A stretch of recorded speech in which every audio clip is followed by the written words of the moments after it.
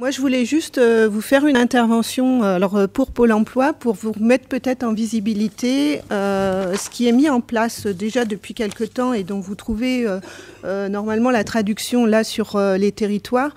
Donc, pour aider à vos métiers, au métier de conseiller, donc pour les équipes de Pôle emploi, au moins au travers de 3 points qu'on a voulu instruire et développer. Donc, pouvoir mettre à disposition des outils d'information en direction des publics.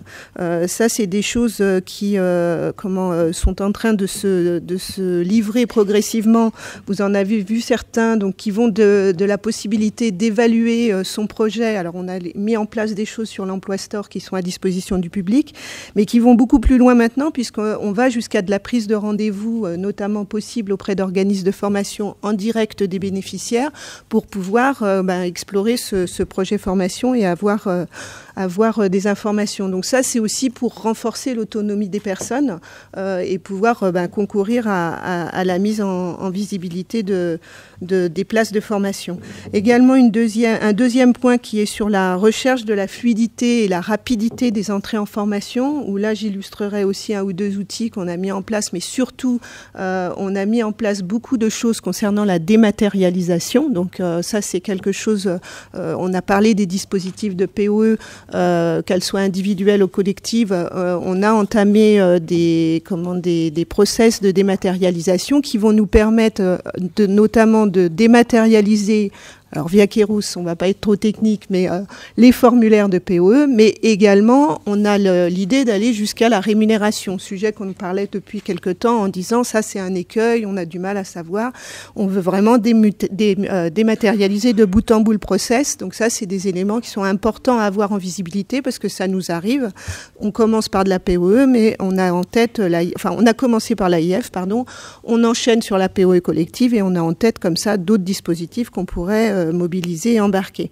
Également, un 3e et dernier point, c'est sur l'interfaçage, où là, on pousse à interfacer au maximum nos systèmes d'information avec les partenaires.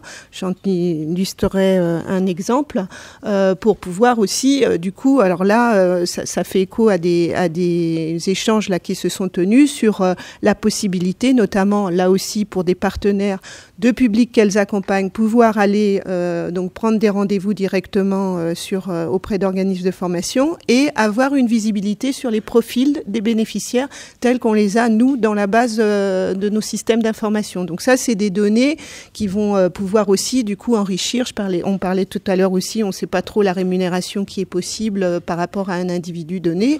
On peut commencer à ouvrir comme ça quelques données. Ça, c'est des évolutions qui arriveront et donc c'est vraiment pour soutenir cette action donc conseillée. Alors, un petit mot peut-être, parce que c'est vrai que sur les POE collectives, j'ai entendu plusieurs remarques des collègues, notamment de Pôle emploi. Donc, on est en train de diffuser là auprès des équipes donc ce que le collègue a mentionné là sur les POE donc collectives digitales. Donc, on a à peu près 90 POE collectives qui se mettent en place sur l'ensemble des 8 départements dès maintenant. Alors, à engager jusqu'au 30 juin. Donc, on est en train de mobiliser le réseau. On a désigné les agences correspondantes. Ça concerne 6 métiers notamment, mais je ne vais pas faire le détail là. On va vous diffuser encore plus d'informations parce que je vois qu'effectivement, il faut qu'on fasse peut-être une communication un peu plus dense sur le sujet pour que ça aille vraiment au plus près de vous et c'est vous qui êtes les acteurs sur le sujet. On a effectivement commencé à diffuser l'information aux directions territoriales qui ont désigné une agence, parce que c'est ça notre circuit. Pour autant, on a un enjeu collectif. Vu les volumes, on ne peut pas être sur un schéma qui soit effectivement une agence, une POE, un référent, une POE. On a besoin d'un référent pour pouvoir s'assurer de la bonne coordination et de du bon partage d'informations. On va passer à une vitesse supérieure, vu les délais et vu vu les volumes, pour pouvoir vous donner de l'information et vous aider aussi dans le sourcing, parce qu'on sait qu'on va avoir un enjeu collectif à trouver des bénéficiaires et à les trouver de façon qualitative. C'est-à-dire il suffit pas non plus, il faut que ça reste cohérent dans un parcours professionnel. Donc vu les enjeux, on vous soutiendra dans ces informations et on va rediffuser de l'information plus largement que l'agence. On est tout à fait d'accord.